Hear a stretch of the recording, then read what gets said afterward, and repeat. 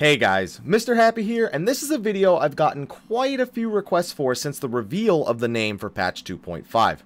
Now we know the title of the patch is going to be Before the Fall, and that it is going to be broken up into two parts.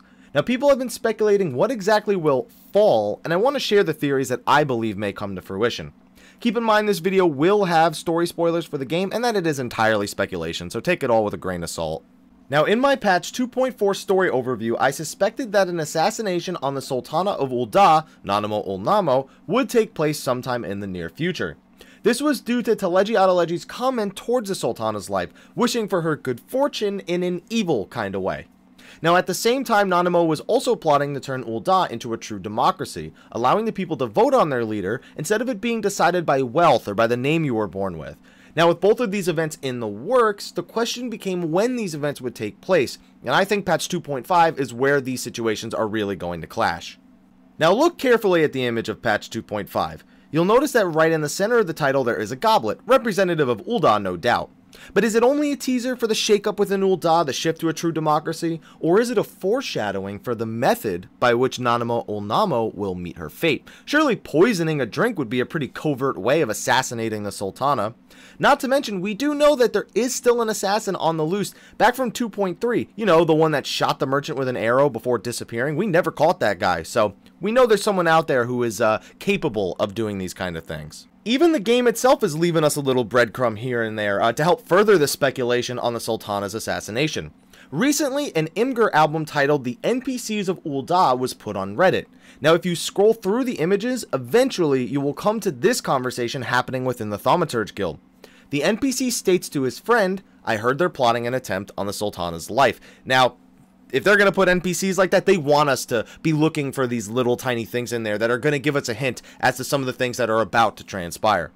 And there is one final detail that might just be convenient timing, but it's something that I noticed. The 630-day veteran rewards, which were added to the game not too long ago, one of them is actually a wind-up Nanamo minion. Now, if she were to be assassinated around the time that people are getting this veteran reward, this minion would come at a pretty good time for players to still keep her in their thoughts. I think it's almost too convenient that we've gotten her as a minion right at this time, when she could have been so many other times in the past. So I'm going to say that might be a little bit more of a hint about what's about to happen. So it really does seem more and more likely that at least an attempt on the Sultana's life is going to be made. Now, if the crime was then tracked back down to the refugees of Ul'dah, there is no doubt that this would cause the signing of the Cartano Reclamation Bill, thus giving Ul'dah free reign over that area and allow him to freely excavate and refurbish the dormant Omega weapon, who is currently located under the ruins of the Cartano Flats.